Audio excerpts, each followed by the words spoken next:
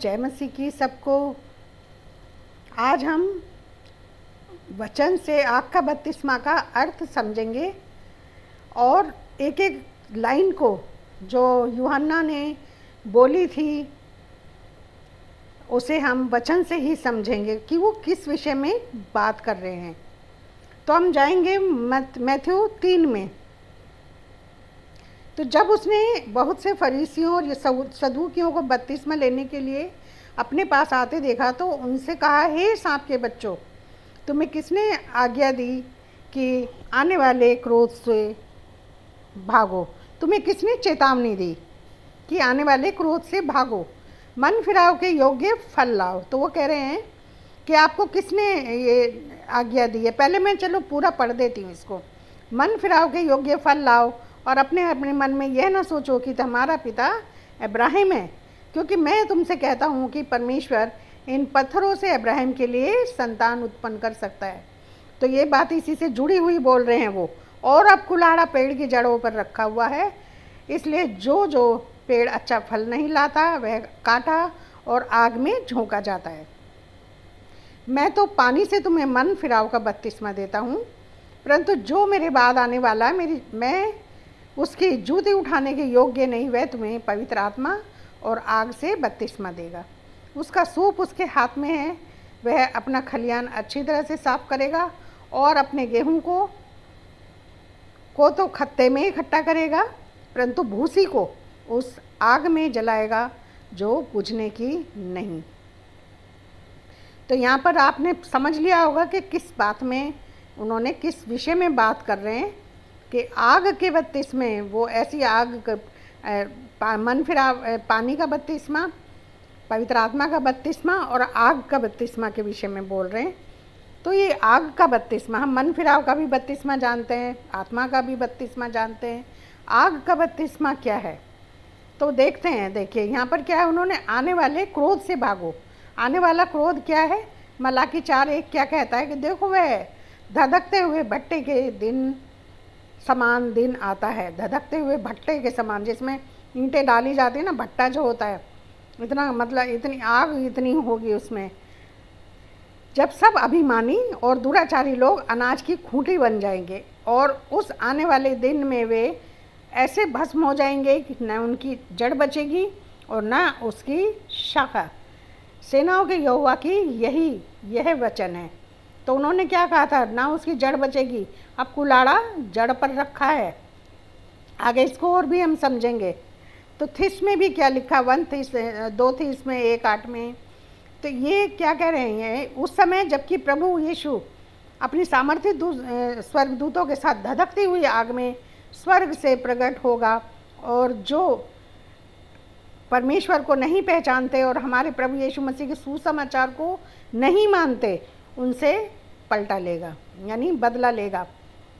क्यों बदला लेगा? क्योंकि उन्होंने समाचार को नहीं सुना। वे प्रभु के सामने से और उसकी शक्ति के तेज से दूर होकर अनंत विनाश में दंड पाएंगे। तो मन फिराव के योग्य फल लाओ। अब वो क्या कह रहे हैं? आग वो उस क्रोध से बचो, आने वाले क्रोध से। तो ये क्रोध क्या है? न्याय के दिन को दर्शाता है, जब पर में वो एक बड़ा दिन, अंधकार का दिन, जिस दिन परमेश्वर जजमेंट डे होगा, परमेश्वर न्याय करने के लिए यीशु मसीह आएंगे। अब मन फिराव के योग्य फल लाओ, नहीं तो क्या है? मन फिराव के योग्य फल लाओ तो यानी सच्चा पश्चाताप करो। उन्होंने कहा था ना 3:8 में कहते हैं वो कि मन फिराव के योग्य फल लाओ, वरना क्या है? काट डाले जाओगे। फल, यहाँ पे ये बात कर रहे हैं फलों की, फल लेके आने की। तो सच्चा पश्चाताप करो, यानी कि यह केवल खेद व्यक्त करने या बोलने भर से सीमित नहीं, बल्कि इसके लिए व्यवहार में परिवर्तन की आवश्यकता होती है कि वो पश्चाताप हमारे जीवन में, हमारे बदलाव में दिखाई दे। फल से तात्पर्य शारीरिक फल नहीं, बल्कि बदले हुए हृदय की, जो हमारा बाहरी, हमारी जो हम लोग जिनके, जैसे कहते हैं ना, यीशु मसीह ने कहा हर एक पेड़ अपने फल से पहचाना जाता है। तो ये हमारे हृदय की बाहरी क्रियाओं में से है, जिसे यीशु ने कहा हर एक पेड़ अपने फलों से पहचाना जा सकता है। इसलिए उसमें अंतर रूपी विश्वास उत्पन्न करो, अपने अंदर विश्वास रूपी फल उत्पन्न करो और प्रेम, दया, करुणा और उदारता से भर जाओ। क्योंकि लूका 3:10-14 में भी वो इसी पे बात कर रहे हैं, बपतिस्मा पर ही, और लोगों से बोल रहे हैं। उन्होंने फिर लोगों से पूछा फिर हम क्या करें, तो उन्होंने क्या बता रहे हैं वो ये देखिए, ये इसी से जुड़ी हुई बातें हैं कि हम काटे ना जाएं, मन फिराव के योग्य फल लाएं, नहीं तो काट दिए जाएंगे, तो हम क्या करें। तो उन्होंने कहा, उसने उत्तर दिया, जिसके पास 2 कुर्ते हैं वह जिसके पास नहीं है दे दे। यानी कि जो नंगे लोग हैं, गरीब हैं, उनको वस्त्र पहनाओ। मैं नंगा था, यीशु मसीह ने कहा ना न्याय के दिन मैं नंगा था तो तुमने मुझे कपड़े पहनाए, मैं प्यासा था तो तुमने मुझे पानी पिलाया, भूखा था तो रोटी खिलाई। 25 में कहते हैं, मत्ती 25 में जब न्याय के दिन के विषय में बताया जा रहा है, तो कह रहे हैं कि जिसके पास कपड़े हैं 2 हैं अगर तुम्हारे पास, तो जो नंगा है एक उसको दे दो। और भोजन के विषय में कहा कि जिसके पास भोजन है वह भी ऐसा ही करे। अगर हमारे पास 2 रोटी है तो एक भूखे को खिला दो, एक खुद खा लो। ये मैं उदाहरण के लिए बोल रही हूँ। और चुंगी वाले ने भी पूछा, जो चुंगी लिया करते थे, बपतिस्मा लेने आए थे, जो उनसे पूछा, हे गुरु हम क्या करें। तो उसने कहा, जो तुम्हारे लिए ठहराया गया है, जितनी भी चुंगी, जितना टैक्स तुम्हें दिया जाना है उतना ही लो, उससे अधिक ना लेना। यानी कि वो, इसका मतलब ज़्यादा लिया करते थे, बेईमानी करते थे, वो अधिक ना लेना। और सिपाहियों ने भी उससे पूछा, हम क्या करें। तो उसने कहा, किसी पर उपद्रव मत करना। देखा पुलिस वाले कितना उपद्रव करते हैं ना, उपद्रव ना करना और ना झूठा दोष लगाना। अब थानों में क्या होता है, पुलिस वालों का क्या महकमा जो होता है, ये कितने करप्ट होते हैं, आप लोगों को पता है कि पैसों के लिए ये किसी को भी फंसा सकते हैं, लेकिन अच्छे पुलिस वाले भी होते हैं। तो हाँ, यहाँ पर बुरे पुलिस वालों के बारे में बोला जा रहा है। तो उन्होंने भी कहा, किसी पर उपद्रव न करना, न झूठा दोष लगाना और अपनी मजदूरी पर ही संतोष करना। पैसे मत ठगना, लोगों से रिश्वत मत लेना। जैसे कि हम देखते हैं कि पुलिस वाले बहुत ज़्यादा खाते हैं पैसा। तो वो समझा रहे हैं, इसी से रिलेटेड हैं ये बातें, इसको हमें ध्यान से समझना होगा। अब जिन्होंने मन फिराव का बपतिस्मा ले लिया है, वो जो अच्छे काम कर रहे हैं, ये उनके लिए नहीं, जो नहीं सुन रहे, ये फरीसियों, सदूकियों, उनके विषय में कह रहे हैं। फिर जॉन में कहते हैं, वो जॉन 15 में यीशु मसीह ने क्या कहा था कि सच्ची दाखलता मैं हूँ, मेरा पिता किसान है। जो डाली मुझ में नहीं फलती वह काट डालता है, और जो फलती है, यानी कि जो फल लेकर आती है, उसे वह छांटता है ताकि और फले। यानी कि हमारे जो आत्मिक गुण हैं, ताकि हम और उन गुणों से भर जाएं, सिद्ध हो जाए, परमेश्वर ये यीशु मसीह के जैसे हम बन जाएं। तो क्या यीशु मसीह एक जगह कहते भी कि कोई 30 गुना फल लाता है, कोई 60 गुना लाता है, कोई 100 गुना लाता है। तो हमें ज़्यादा से ज़्यादा फल इकट्ठे अपने अंदर, हमें आत्मिकता को ग्रहण करना है। तो वो कहता है, क्योंकि तुम मुझसे अलग होकर कुछ नहीं कर सकते। यदि कोई मुझ में बना ना रहे तो वह डाली काट के समान फेंक दिया जाता है और सूख जाता है, और लोग उसे बटोर कर आग में झोंक देते हैं और वे जल जाती हैं। देखो यहाँ पर भी यही कहा है कि आग में जल जाती हैं। कौन? जो मुझ में नहीं जुड़ा रहता, जो वचन पर नहीं चलता, परमेश्वर की बातों को नहीं मानता। तुमने मुझे चुना परंतु मैंने तुम्हें नहीं चुना, और तुम्हें ठहराया कि तुम जाकर फल लाओ। यहाँ पर भी वही कह रहे हैं, फल लेकर आओ और तुम्हारा फल बना रहे, यानी तुम्हारा विश्वास बना रहे, जो तुम्हारे अंदर अभी फल हैं वो बने रहें। ऐसा ना हो कि वो जो तुम्हारे आत्मिक फल हैं वो तुम गलत काम में लग जाओ और वो तुमसे छीन लिए जाए। वरदान, परमेश्वर के वरदानों से भर जाओ, यानी कि। और मैंने इसके ऊपर, वरदानों के ऊपर पीछे जीवन के पेड़ के बारे में बताया, आप उसको पढ़ना, आपको बहुत अच्छी बातें उसमें सीखने को मिलेंगी, जो कि आपने आज तक कभी सुनी भी नहीं होंगी। क्योंकि मेरे पास वो रटा रटाया वाला खजाना नहीं है कि जो लोग दूसरे से सुन के सुनाते हैं। मुझे जो पवित्र आत्मा ने सिखाया मैं वही बातें करती हूँ, और इसके लिए मैंने बहुत ज़्यादा परिश्रम भी किया है। बहुत साल बाइबल पढ़ी है, 10-10 घंटे बैठी रहती थी, लिखती रहती थी। और जितना हम परिश्रम करते हैं परमेश्वर हमें उतना ही ज़्यादा उसका फल देता है। ये भी एक फल है। फल भी बाइबल में कई तरह के बताए। हमारे कर्मों का भी फल होता है, प्रतिफल जिसे कहते हैं। और बच्चे को भी कहा है धन्य है तेरे गर्भ का फल। तो बच्चों को भी, जो हम फल उत्पन्न करते हैं, परमेश्वर के योग्य संतान उत्पन्न करते हैं, उनको भी फल कहा है। तो हमें ये समझना है कि यहाँ पर कौन से फलों की बात कर रही है। तो ये जो फल हैं, जो बात यहाँ पर हो रही है, ये होता है यीशु मसीह के ऊपर विश्वास करना। विश्वास करो। और आगे हम पढ़ते हैं इसके, कोई भी व्यक्ति यीशु मसीह के बिना अपने हृदय में आत्मिक फलों को उत्पन्न नहीं कर सकता। यीशु मसीह ने कहा तुम मेरे बिना कुछ नहीं कर सकते, क्योंकि हर एक उत्तम वरदान स्वर्ग यानी यीशु मसीह के नाम से दिया जाता है। तुम मेरे नाम से पवित्र आत्मा मांगो, यीशु मसीह ने कहा है, तो आत्मिक फलों से भर जाओगे। आत्मा के तो फल ही हैं जो हमारे अंदर उत्पन्न होंगे।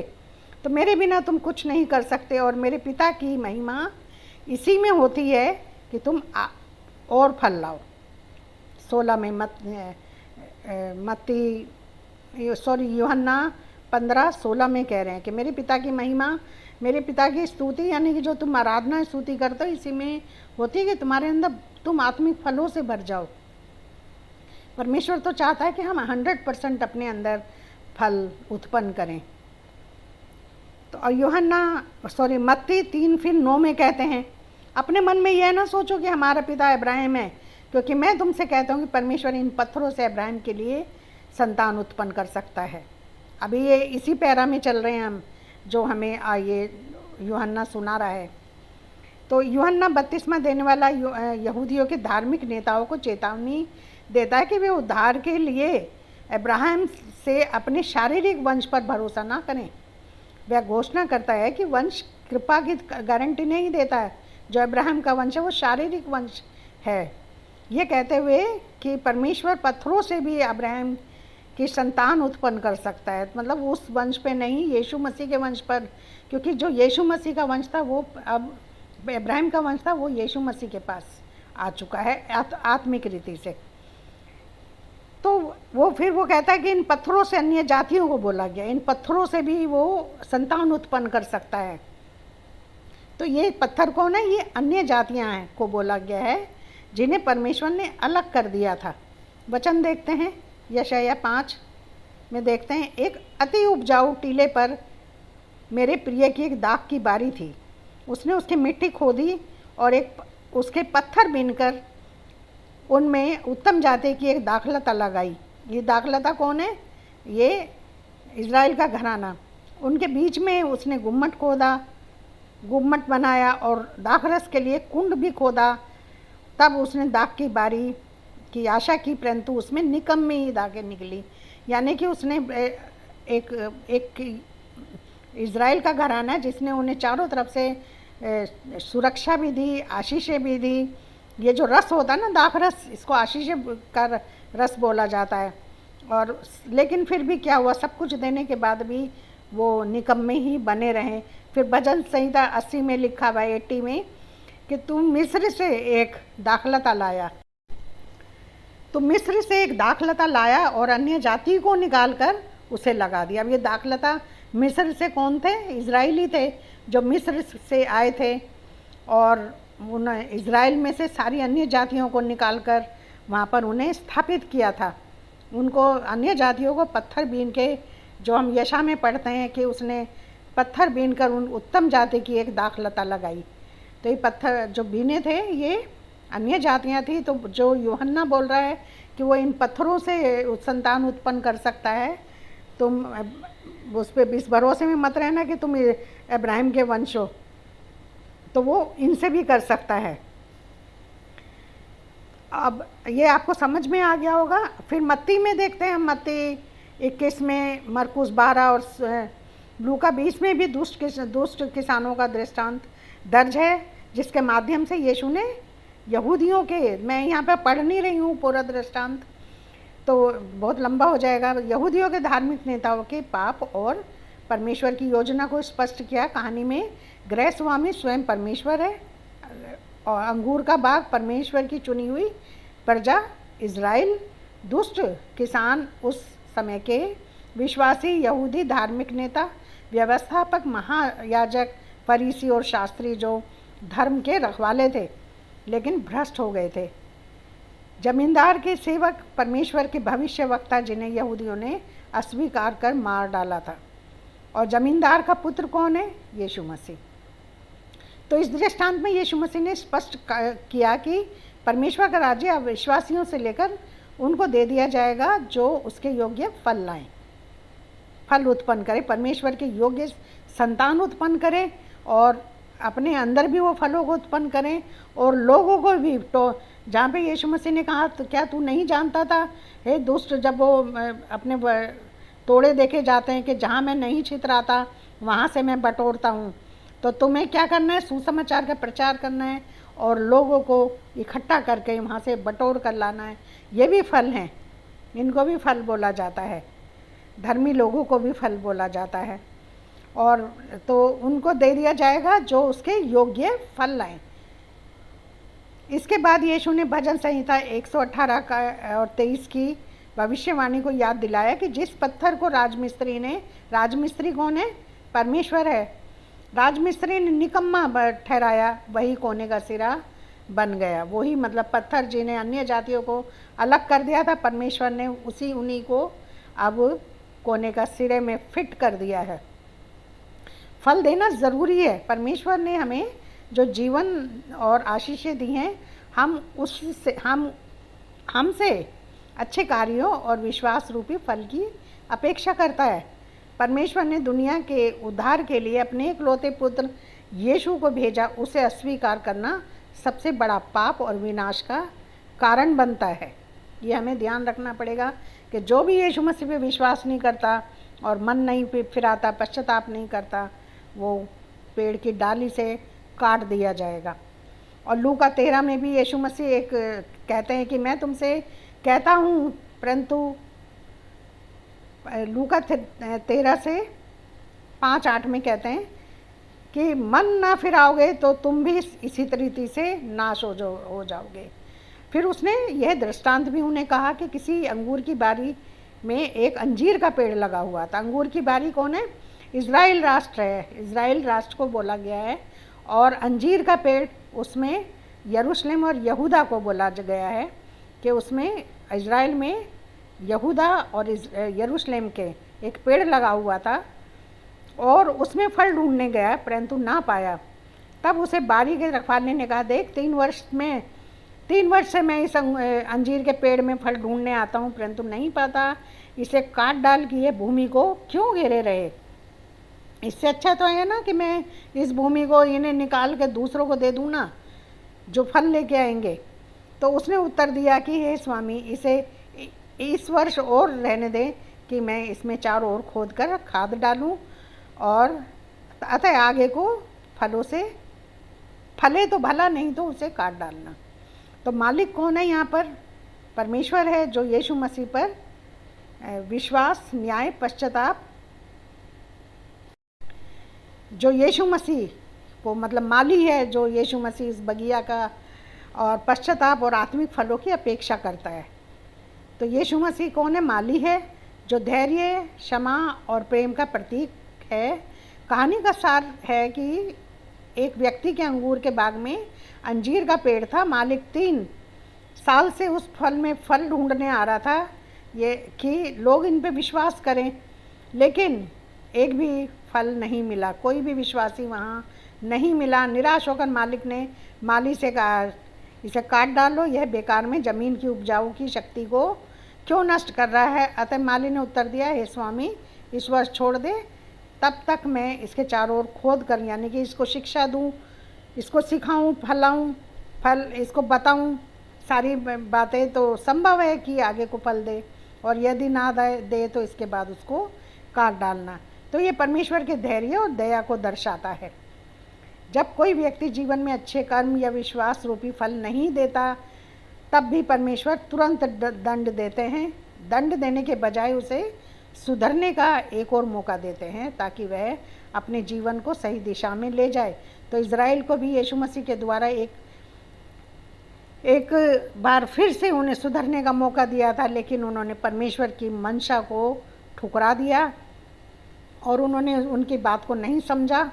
तो तब ये क्या लिखा हुआ है मत्ती 3:10-12 में क्या कहता है, और अब कुल्हाड़ा पेड़ों की जड़ पर रखा हुआ है, इसलिए जो जो पेड़ फल नहीं लाता वह काटा आग में झोंका जाता है। मैं तो पानी से तुम्हें मन फिराव का बपतिस्मा देता हूँ, परंतु जो मेरे बाद आने वाला है वह मुझसे शक्तिशाली है, मैं उसकी जूती उठाने की योग्य नहीं। वह तुम्हें पवित्र आत्मा और आग का बपतिस्मा देगा।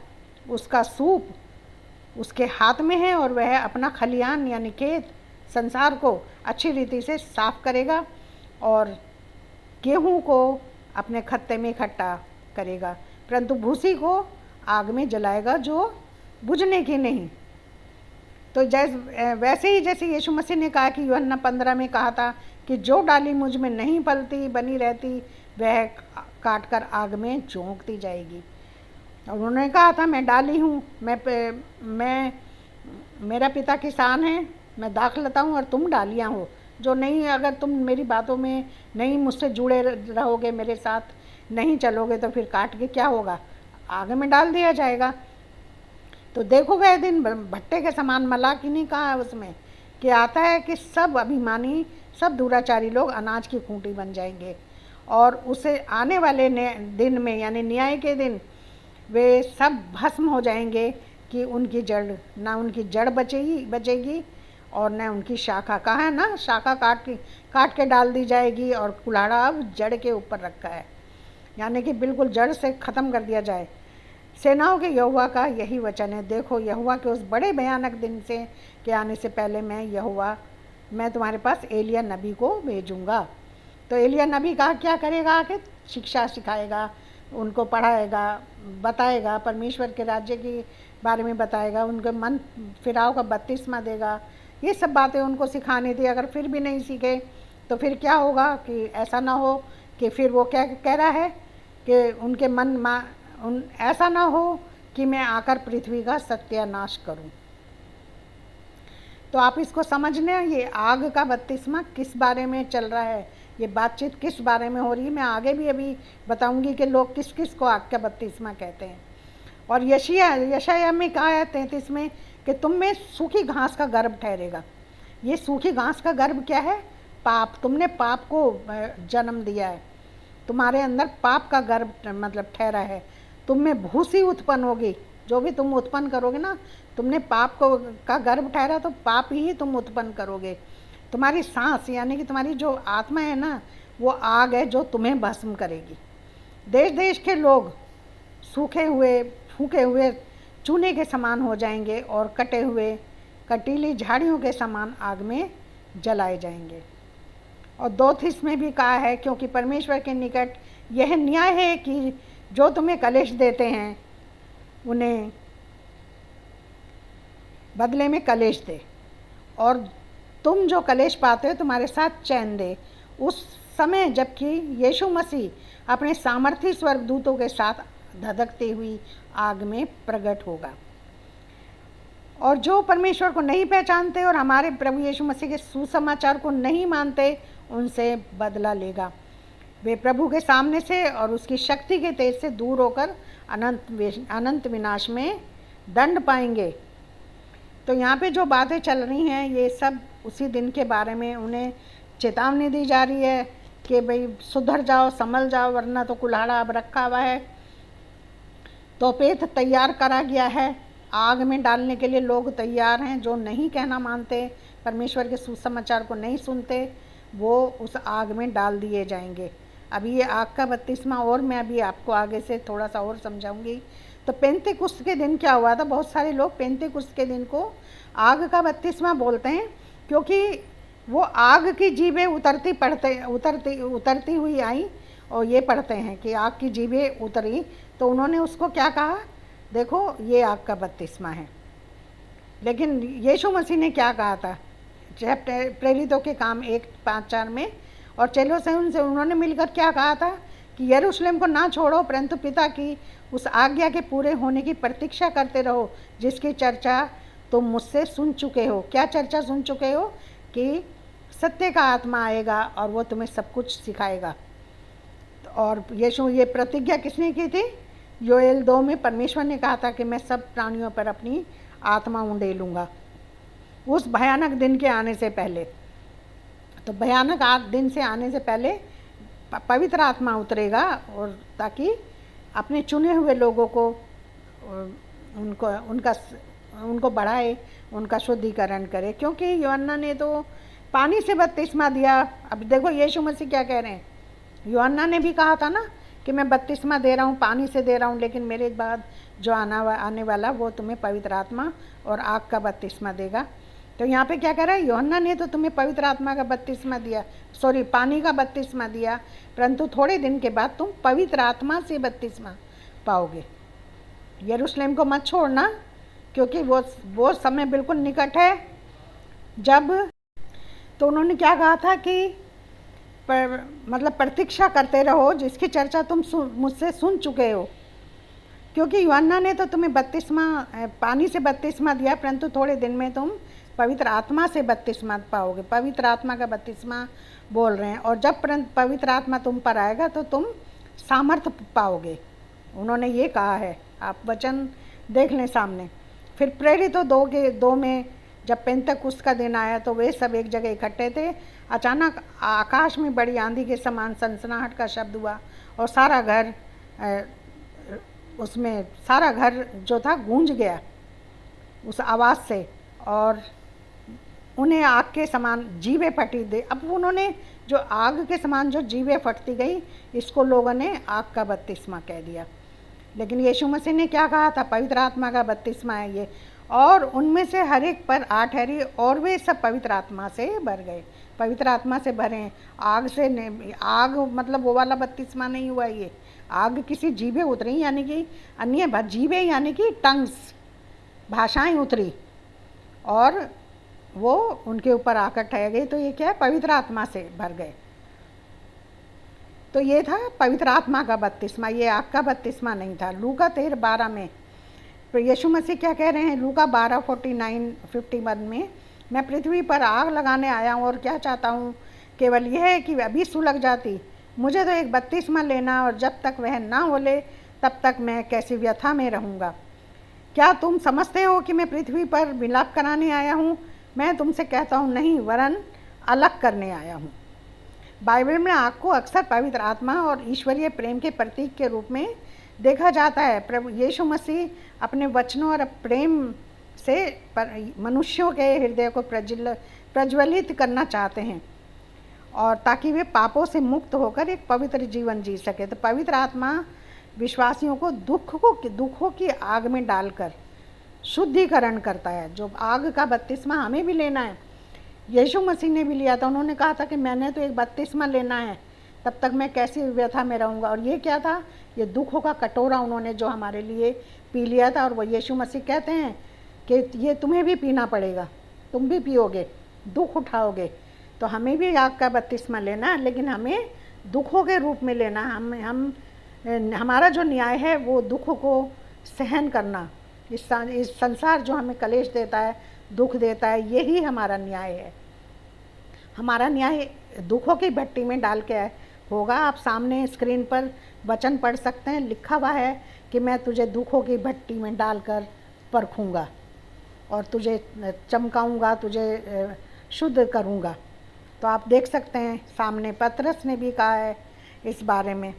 तो आग का बपतिस्मा विश्वासियों के लिए दुखों के रूप में दिया जाता है। उन्हें दुख भोगना पड़ेगा जैसे यीशु मसीह ने भोगा। और जो अविश्वासी हैं, जो नहीं सुनते, उनका आग का बपतिस्मा दंड के रूप में आएगा उनके ऊपर। और वो क्या होंगे? वो आग में काट के, वो लकड़ियाँ होती हैं ना, काट के डाल देते हैं। तो ये उसमें कहा है उसमें भी कि क्या ये तुझे आग में जली हुई लुटकी सी नहीं लगती? तो ये आग जो है ये परमेश्वर के क्रोध को जताती है कि ऐसा क्रोध उन पर पड़ेगा कि वो क्रोध उनके ऊपर से कभी नहीं हटेगा, वो सदा के लिए मतलब नष्ट हो कर दिए जाएंगे परमेश्वर के, क्योंकि किसी काम के नहीं है ना, जो कोई किसी काम का नहीं है तो वो क्या है, नाश हो जाता है। तो हम इस बारे में फिर मुझे उम्मीद है कि आप समझ गए होंगे। किंतु जो अविश्वास में बने रहते परमेश्वर के क्रोध की भेंट चढ़ जाएंगे। ऐसी आग है वो क्रोध, ऐसा है जो कभी नहीं बुझेगा। आमीन। और अगर आप वचन सुनना चाहते हैं तो यीशु मसीह के नाम से सब्सक्राइब ज़रूर किया करें।